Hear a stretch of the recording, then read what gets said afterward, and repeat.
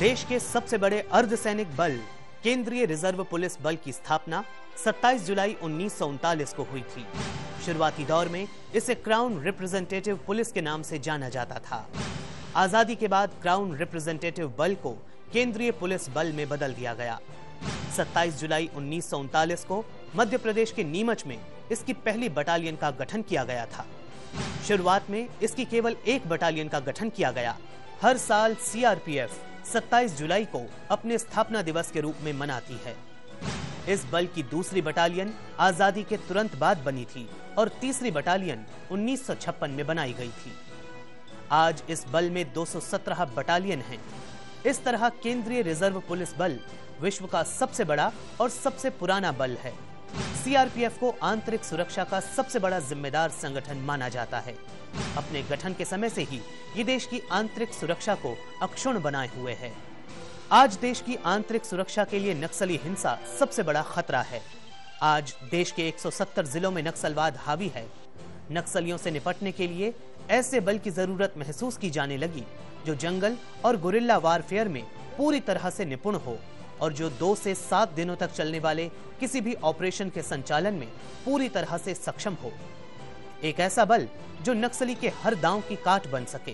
ये ज़्यादातर under developed tribal areas में इनका प्रभाव ज़्यादा है और इसके कारण ये है कि यहाँ आज भी गवर्नेंस में बहुत सारे कमी है। वहाँ डेवलपमेंट जो हम डेवलप्ड एरियाज जो बोलते हैं उसमें और ये नक्सल एरिया ट्राइबल एरिया अगर आप कंपेयर करें काफ़ी कमी है। आप तो उस एरिया में गए होंगे। स्कूल्स नहीं हैं, हॉस्पिटल्स काम नहीं कर रहे हैं, रोड्स बहुत ख़राब स्थिति में है। तो ये सब और जो आदिवासियों का अधिकार कुछ थे कि वो जंगल में अपने डिपेंडेंट थे जंगल के प्रोड्यूस के ऊपर, उसमें जो कुछ ये आया रुकावट आया तो ये सारा मिलके उनका बाकी जो नक्सल लीडरशिप थे उसको उन्होंने भरपूर उसका फ़ायदा उठाया और लोगों को अपने साथ लेके ये मूवमेंट बीच में बहुत तेज़ हो गया था। लेकिन खुशी की बात यह है कि अभी उसमें काफ़ी सुधार आ रहा है। जरूरत एक ऐसे बल की थी जो देश की सुरक्षा के लिए चुनौती बन चुके इस आतंक का नामो निशान मिटा सके। ये खोज 12 सितंबर 2008 को पूरी हुई। केंद्रीय रिजर्व पुलिस बल ने एक ऐसी फोर्स का गठन किया जिसे लाल आतंक पर लगाम लगाने में पूरी तरह से सक्षम माना गया, जिसका नाम रखा गया commando battalion for resolute action यानी कोबरा। हम जानते हैं कि सीआरपी के रिस्पॉन्सिबिलिटी के अंदर जब नक्सल ऑपरेशंस शामिल किया गया तब ये महसूस हुआ कि जो हमारे सीआरपी के फोर्स हैं वो आप जानते हैं इंडिया के सभी क्षेत्र में काम करते हैं और उनका कोई खास स्पेशलाइजेशन ये जंगल वेलफेयर के लिए था नहीं। और जो नक्सल विरोधी अभियान हम चलाते हैं उसके लिए दूसरी तरफ की ऑपरेशंस की ज़रूरत है। जो आंध्र प्रदेश के ग्रे हाउंड्स और बाकी स्टेट्स जैसे इसमें C60 बना है, उड़ीसा में SOG बना है, स्पेशल फोर्सेस की ज़रूरत पड़ी जो जंगल में 3-4 दिन रह के ऑपरेशंस छोटे छोटे ग्रुप में कर सके। Firstly, my friend, I welcome you to my location, 202 Cobra, Koraput. Cobra is the specialized segment of the Central Reserve Police Force raised to combat the Maoist left-wing guerrillas. As on date, there are 10 Cobra units, one in Odisha, that is 202 Cobra, my own location, then 2 in Chhattisgarh, 2 in Jharkhand, 1 in Bihar, 1 in MP, and 1 in Maharashtra, and 1 Cobra battalion is working in Northeast also. अपने गठन के बाद से ही cobra ने कई सफल operation को अंजाम दिया है और लाल आतंक को काफी हद तक कम करने में इस बटालियन ने सफलता भी पाई है।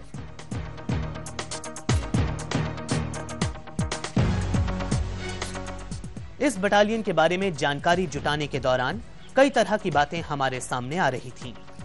तब ये सवाल मन में उठा कि आखिर कैसे एक आम इंसान बनता है एक जुझारू कोबरा कमांडो।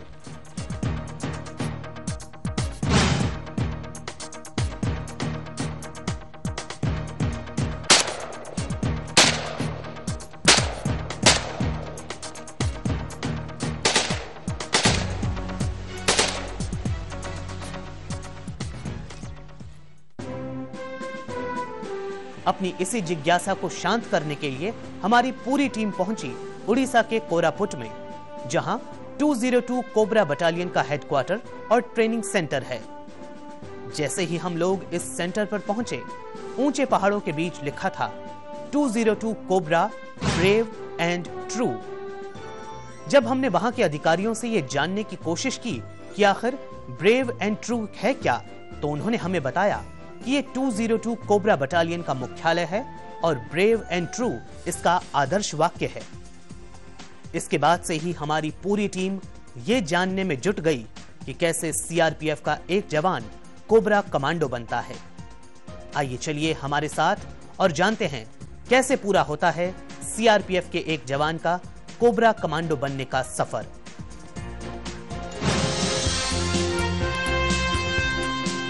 सबसे पहले हम पहुंचे सेल्डरिंग ग्राउंड। यहां पर कोबरा के कमांडो को रस्सी के जरिए किस तरह एक जगह से दूसरी जगह पहुंचना है, इसकी ट्रेनिंग दी जा रही है। साथ ही साथी कमांडो के साथ कैसे अपने लक्ष्य तक पहुंचा जा सकता है, इसकी तकनीक सिखाई जाती है। इस तकनीक के पीछे मुख्य उद्देश्य यह होता है कि अगर ऑपरेशन के दौरान किसी तरह का कोई अवरोध पैदा हो जाए और ऑपरेशन को अंजाम देना हो, तो कैसे रस्सी के जरिए उन अवरोधों को पार करते हुए अपने लक्ष्य तक पहुंचा जा सकता है। कमांडर नीलांचल बेहरा, बोर्डिंग लगने के लिए तैयार है सीमा। देखो कमांडर।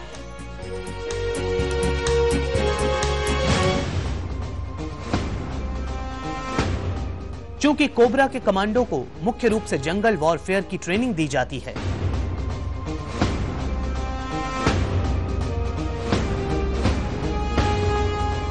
इसलिए यहां पर कॉम्बो फ्लाइंग का भी एक नजारा हमें देखने को मिला।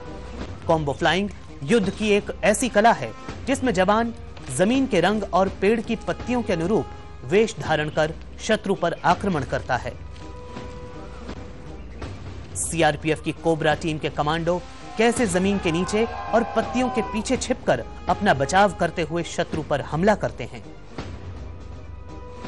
युद्ध की यह कला काफी जोखिम भरी होती है, क्योंकि जमीन के अंदर रहने के कारण ऑक्सीजन पूरी तरह से मिल नहीं पाती है। लेकिन जवान इसकी परवाह किए बगैर इस तरह की युद्ध कला को अंजाम देते हैं। इसके बाद शारीरिक रूप से पूरी तरह फिट रखने के लिए इन कमांडो को तरह तरह के कठिनतम दौर से गुजरना होता है, जिससे कमांडो विपरीत परिस्थितियों में भी पूरी तरह से अपने संतुलन को कायम रख सकते हैं। इसमें दीवारों को फांदना, हाथ के बल अवरोधों को पार करने से लेकर तमाम तरह की कठिनतम बाधाओं को कैसे पार करना है, ये सिखाया जाता है।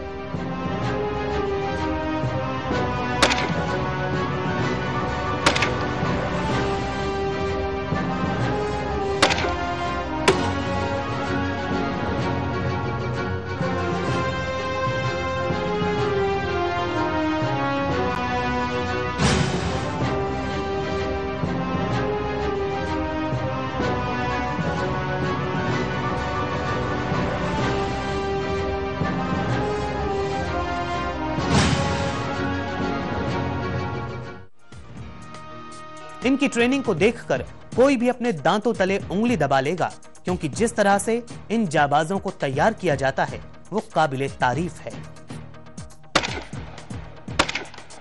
सभी चुनौतियों को दक्षता के साथ निभाने में माहिर ये कमांडो हर तरह के झंझावतों को झेलने के लिए तैयार रहते हैं। चाहे रस्सी के जरिए पहाड़ पर चढ़ने या उतरने की बात हो,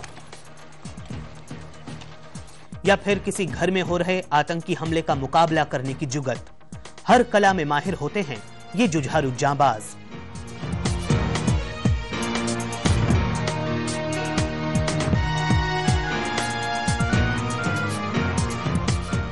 जब हमने यही सवाल 202 कोबरा बटालियन के कमांडेंट से पूछा, तो उनका जवाब था, After the initial selection, every commando has to undergo a 12 weeks pre-induction Cobra customized training.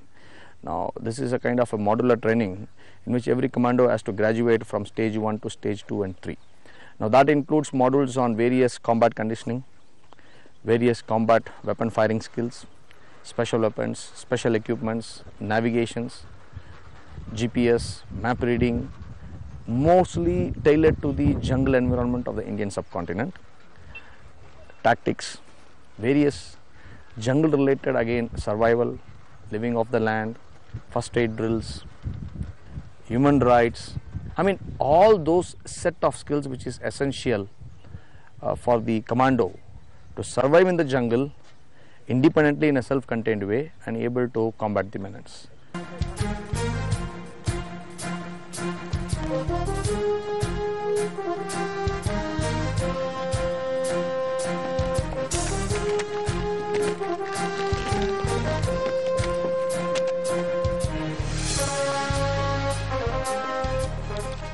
ये तो बात रही कोबरा कमांडो की ट्रेनिंग की कि कैसे खासकर शारीरिक और मानसिक रूप से किस तरह इन्हें मजबूत बनाया जाता है। किसी भी परिस्थितियों में शत्रु का मुकाबला कर सकते हैं ये कमांडो। जंगल में नदी नालों को आसानी से पार करने में निपुण ये कमांडो जरूरत पड़ने पर तैराक भी बन जाते हैं। ये सभी कमांडो जितनी आसानी और सटीक तरीके से जंगल में अपनी कार्रवाई को अंजाम देते हैं, उसी तरह ये पानी में भी अपने काम को अंजाम दे सकते हैं।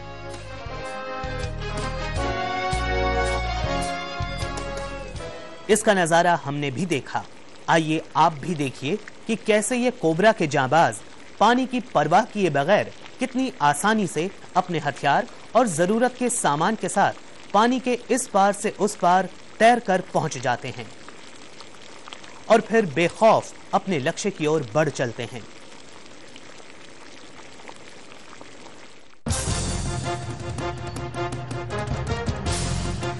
यहीं पर हमने स्पीड बोट के जरिए कोबरा के कमांडो को पानी वाले इलाकों में गश्त लगाते देखा। इसके जरिए असामाजिक तत्वों पर नकेल कसी जा रही है। दिन हो या रात, कोबरा का यह बहादुर कमांडो हर परिस्थिति का सामना करने के लिए तैयार होता है।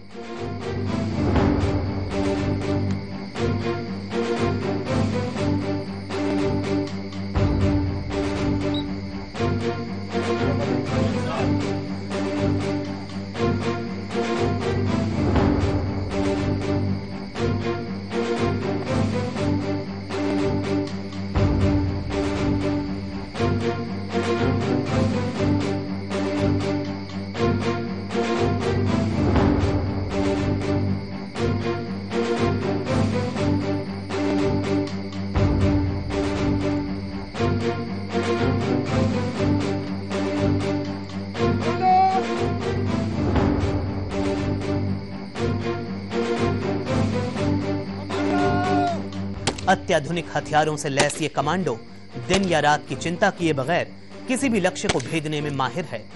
इसके लिए इन जाबाजों को ट्रेनिंग के दौरान रात की परिस्थितियों में ढलने के लिए पूरी तरह तैयारी कराई जाती है।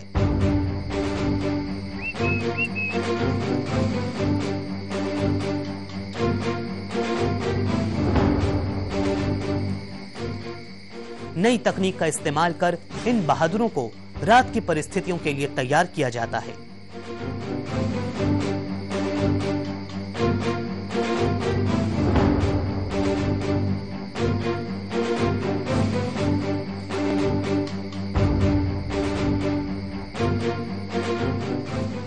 मान लीजिए कि जंगल के रास्ते में ये कमांडो किसी कार्रवाई को अंजाम देने के लिए जा रहे हैं। रास्ते में उन्हें इस बात का आभास होता है कि दुश्मन आसपास ही कहीं छिपा हुआ है, तो ट्रेसर राउंड के जरिए वो दुश्मनों की टोह लेते हैं और इससे भी कम समय में अपनी सुरक्षित पोजीशन को देखते हैं और फिर टूट पड़ते हैं दुश्मनों पर। तकनीक और साहस की इससे बड़ी मिसाल शायद ही आपको कहीं देखने को मिलेगी।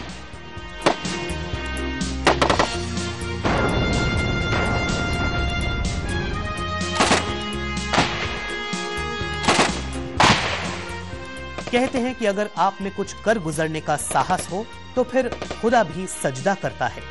देश के लिए कुछ कर गुजरने और आंतरिक सुरक्षा को बहाल करने के लिए कमांडो खौफ, दर्द और हर मुश्किलों को भी बहादुरी से पार कर जाते हैं।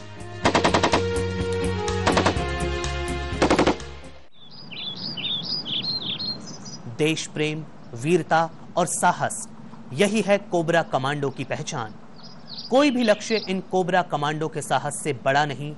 हारा वही है जो लड़ा नहीं।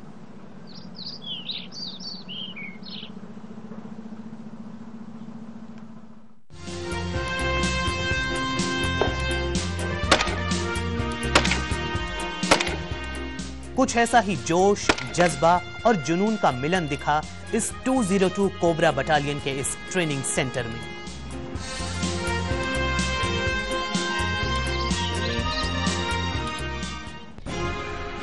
इसके बाद हम पहुंचे IED लेन।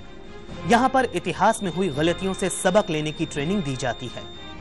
उसकी एक मिसाल देखने को मिली। यहां पर लाल आतंक किस तरह से अलग अलग तरीकों का इस्तेमाल कर सुरक्षा बलों को निशाना बनाते हैं, उसकी एक झलक मिलती है। इसकी जानकारी हमें दी SI कृपाल सिंह ने। उन्होंने बताया कि इस तरह के मॉड्यूल का आखिर क्या फायदा होता है। ये J&K में भद्रवाह डिस्ट्रिक्ट में इसमें 7 सिविल पुलिस का 7 कैजुअल्टी हुआ था। एक उनका गाड़ी आया था, एक लाइट व्हीकल, उसमें उन्होंने इनका एक जैसे आदमी उनका एक बैरियर खोलने के लिए आया, पूरा आदमी गाड़ी में बैठा हुआ था। इस छत्तीसगढ़ में सर, झारखंड में ऐसा नक्सलियों ने कई इंसिडेंट को अंजाम दिया है। वो क्या करते हैं, रात को किसी रास्ते में, किसी पगडंडी में वो पेड़ काट के गिरा देते हैं ताकि कोई भी सिक्योरिटी फोर्स आएगा, इसको जैसे ही हटाने की कोशिश करेगा वहीं पर जो है ब्लास्ट हो जाता है और हमारा जो है नुकसान होता है। ऐसा कई इंसिडेंट हुआ है। ये आजकल नक्सलियों ने नया ट्रेंड अपना रखा सर। जैसे ही हमारे एम्बुश में कोई जवान शहीद होता है, उसके नीचे भी वो प्रेशर रिलीज मैकेनिज्म लगा देते हैं और डेड बॉडी के नीचे लगा देते हैं, और कभी कभी जो है पेट के अंदर भी लगा देते हैं, ताकि जैसे ही हमारा रीइंफोर्समेंट आएगा डेड बॉडी को कलेक्ट करने के लिए लेके जाएगा, जिससे उसको उठाने की कोशिश करेंगे उन्हीं के नीचे जो है और नुकसान पहुँचाने के लिए, ताकि जो डेड बॉडी को उठाने के लिए आया है उसको भी नुकसान पहुँचाने के लिए उसके नीचे भी वो प्रेशर रिलीज मैकेनिज्म लगा देते हैं। फिर इसके बाद हमें उन तमाम बातों की जानकारी दी गई जिसको लेकर हम हमेशा सतर्क नहीं होते, और ऐसी ही लापरवाही के चलते कई बार कई जवानों को अपनी जान गंवानी पड़ती है। स्पाइक्स लगा देते हैं और उसके ऊपर का जो एरिया है उसके आसपास के एरिया से मिला देते हैं। हरा है तो हरा पत्ते के अनुसार, और यदि रास्ता साफ है तो उसके ऊपर जो है मिट्टी वगैरह डाल देते हैं। जैसे किसी जवान का उसके ऊपर पैर पड़ता है तो वो जवान गड्ढे में चला जाता है और नीचे स्पाइक्स लगे रहते हैं। उसी स्पाइक्स के में उस जवान का नुकसान हो जाता है। हमारा कम से कम 3 से 4 दिन का ऑपरेशन चलता है।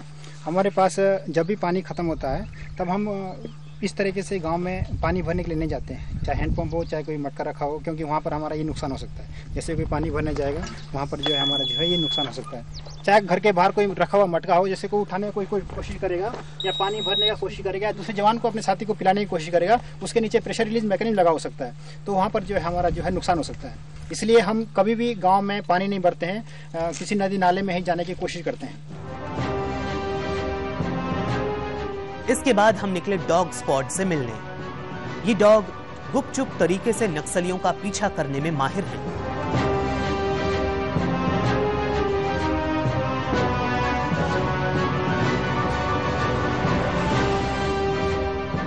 नक्सलियों का पीछा करने वाले अमेरिकन नस्ल के ट्रैकर डॉग 40 से 42 किलोमीटर तक लगातार उनका पीछा करने में माहिर हैं। साथ ही रास्तों में आने वाले सारे ऑब्स्टेकल को आसानी से फांदने की कला में इन्हें महारत हासिल है।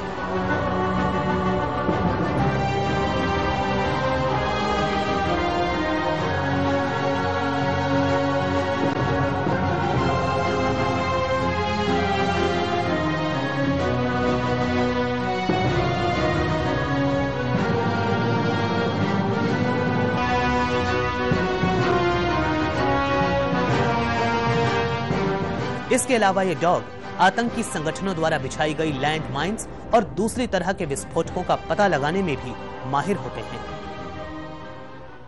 कोबरा बटालियन आज के तमाम नई तकनीक और उन्नत किस्म के हथियारों से लैस है, जो हर परिस्थितियों में दुश्मन को मुंहतोड़ जवाब दे सकती है। कहते हैं ना कि हर सफल ऑपरेशन के पीछे तकनीक का हाथ होता है, लेकिन हमें ये नहीं भूलना चाहिए कि इस तकनीक का इस्तेमाल करने वाला भी तकनीक से ज्यादा महत्वपूर्ण होता है। कोबरा कमांडो तकनीक के साथ साथ मानसिक शारीरिक रूप से पूरी तरह से फिट हैं, जिसके चलते वो मुश्किल से मुश्किल लक्ष्य को भी आसानी से भेदने में सफल होते हैं।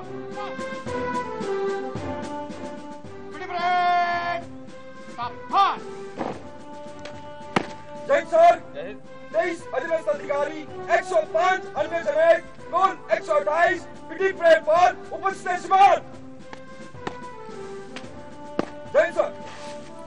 ये तो बात रही कोबरा के कमांडो की शारीरिक और मानसिक मजबूती और अपने काम में निपुणता की। इसी दौरान कुछ ऐसी बातें भी हमारे सामने आई जिसका जिक्र किए बगैर ये कार्यक्रम अधूरा ही रहेगा। 202 कोबरा बटालियन अपने आप में एक मिनी हिंदुस्तान है। यहाँ पर देश के हर कोने से आपको लोग मिल जाएंगे। अलग अलग भाषाएं, अलग अलग रंग रूप, अलग अलग बोलियां, शारीरिक बनावट, लेकिन दिल पूरी तरह से हिंदुस्तानी। इस जगह पर हमने देखा कि कैसे ये लोग तमाम भिन्नताओं के बावजूद एक साथ घुले मिले हुए हैं। कोई फेस्टिवल डे होता है तो हम लोग सभी जा नहीं पाते हैं, तो उस समय जो हमारे साथी रहते हैं वो जाके वापस आते हैं तो हमसे बात करते हैं कि ऐसे ऐसे हुआ, तो हम ये सोचते हैं कि हमने भी फेस्टिवल डे जो है मना लिया। हम यहाँ पर बहुत प्रेम भावना से रहते हैं। दिवाली हो या ईद, दशहरा हो या क्रिसमस, हर त्योहार को एक साथ मनाने की परंपरा और अनुशासन एक धागे में पिरोए रहती है।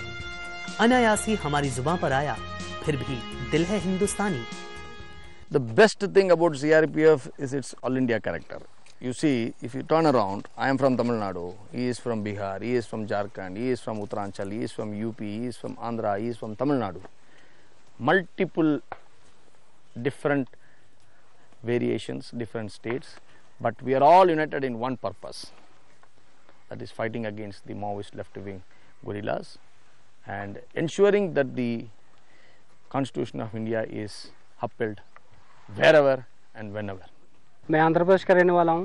मैं पंजाब से हूँ, जम्मू कश्मीर से बिलोंग करता हूँ, नागालैंड से बिलोंग करता हूँ, हिमाचल से बिलोंग करता हूँ, मैं गुजरात का रहने वाला हूँ, मैं उड़ीसा का रहने वाला हूँ, यूपी प्रतापगढ़ से, राजस्थान से हूँ। ऐसी रात सुनसान रात तक दिल पे हाथ बोलो साथ साथ हम क्या करेंगे, हम करेंगे। इन कोबरा कमांडो के बारे में आम धारणा ये होती है कि ये काफी सख्त होते हैं, फौलाद सा जिस्म, हाथों में अत्याधुनिक हथियार, लक्ष्य एक कि कैसे दुश्मनों का जवाब देना है। इस लिहाज से हमें ये जवान काफी सख्त लगते थे। कहते हैं ना कि दूरियां जितनी कम होंगी तिलिस्म उतना ही टूटता है। जब हमने इनसे बात की तो हमारी कई धारणाएं पूरी तरह से गायब हो गईं। तब महसूस हुआ कि बहादुरी अपनी जगह और संवेदनाएं अपनी जगह। इस बातचीत के दौरान हम भी थोड़ी देर के लिए स्तब्ध थे, ये जानकर कि अपनों से दूर रहने का दर्द क्या होता है। अपनों से बात किए बगैर एक दो दिन नहीं बल्कि महीनों तक जब कोई इंसान रहता है तब उसकी मनोदशा कैसी होती है, उसकी एक वानगी दिखी। दूर रहने का दर्द और कर्तव्य का बोझ। आप अगर स्टैटिस्टिक्स लें तो अभी हम ऐसी स्थिति में पहुंचे हैं जहां हमारे ऊपर अटैक्स में काफ़ी कमी आ रही है, और इसके कारण ये है कि हम लोग अपने खुद के मिस्टेक्स से बहुत कुछ सीखे हैं, और अभी हमारा जो ट्रेनिंग है, टैक्टिक्स है, उसमें काफ़ी परिवर्तन हुआ है, और मुझे उम्मीद है कि वही मोरल बूस्ट करने में काफ़ी मदद करेगा।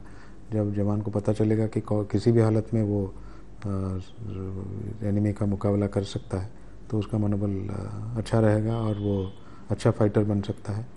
तो हम लोग अब उस स्थिति में पहुंच गए हैं जहां हमारा ट्रेनिंग टैक्टिक्स काफ़ी अच्छा हो गया है, और मुझे उम्मीद है कि अगले दिन में हमको और भी कामयाबी मिलेगी। मेरा 2 बच्चे हैं सर, उन्हें हम बहुत मिस करते हैं सर, और वो भी हमें बहुत मिस करते हैं सर। जब भी मैं छुट्टी जाता हूँ घर पे उस वक्त तो अच्छा लगता है, जब घर से आते हैं छुट्टी ख़त्म होती तो 2 बच्चियाँ हैं सर, उनकी बहुत ज़्यादा याद आती है सर। कोबरा कमांडो की इन बहुरंगी तस्वीरों को देखने के बाद हाथ अपने आप इन जाबाजों को सलाम करने के लिए उठ जाता है। अगर कोई नाम बड़ा है और उस नाम के पीछे कईयों की कुर्बानियां छिपी होती हैं। हाल ही में कोबरा बटालियन को एक रूसी समाचार पत्र ने एशिया के सबसे एलियट कमांडो से नवाजा है। इस नाम के पीछे छिपी हुई है कोबरा के जाबाज कमांडो की कुर्बानियां।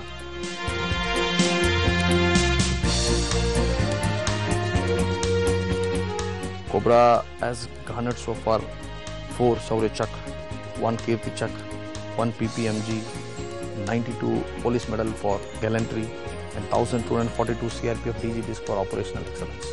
Now this is basically on the statistics, but if you happen to see the Cobra's penetration in all traditional Maoist bases, whether it is in the Bastar area, more specifically in the Mad areas, then you speak about Sarandas in jungles in Jharkhand, then you speak about Cutoff, then you speak about Narayanpatna bases in Andhra, Orissa border zones, and you speak about, there is not even a single place left in India which the Maoists can claim as their so-called deliberate area where Cobra has not managed to penetrate. It has established its supremacy In just 5 years, it has managed to do this. But so far, we have also lost some gallant commandos. Around 31 Cobra commandos have sacrificed their lives for the nation.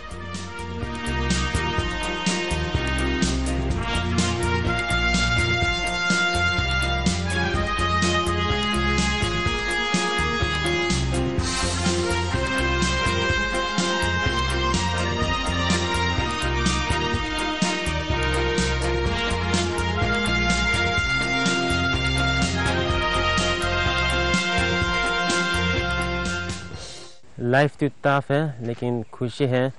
मैं देश के लिए कुछ काम कर रहा हूँ। हमारे कोबरा की सबसे बड़ी ताकत यही है कि हमारी टीम वर्क होता है। मुझे गर्व महसूस होता है कि मैं एशिया का सबसे टॉप फोर्स में काम कर रहा हूँ। मेरा फेवरेट हीरो है सर, हम खुद रियल हीरो है सर। वो ये लोग बहुत बहादुरी के साथ काम कर रहे हैं और पूरा फोर्स सीआरपी, पूरा देश उनसे गर्वित है। आप लोगों को ये भी पता है कि इस बार रिपब्लिक डे परेड में हम कोबरा कोई शोकेस किए थे और काफ़ी लोग उनके जो मार्चिंग और उनका यूनिफॉर्म देख के बहुत प्रभावित हुए हैं। और मुझे पूरा उम्मीद है कि कोबरा जैसे काम कर रहा है उसको और भी ऊंचे तौर पे ले जाए और जो अच्छा नाम कमाया है उसको और भी आगे ले चले। अपने छायांकन के दौरान हमने देखा कि कैसे एक आम इंसान बनता है फौलाद, कैसे बनता है कोबरा का जाबाज कमांडो। लोकसभा टेलीविजन की ओर से कोबरा के इन कमांडो को सलाम और साथ ही उन शहीदों को जिन्होंने अपनी जिंदगी हमारी और आपकी सुरक्षा को अर्पित कर दी, उनको शत शत नमन।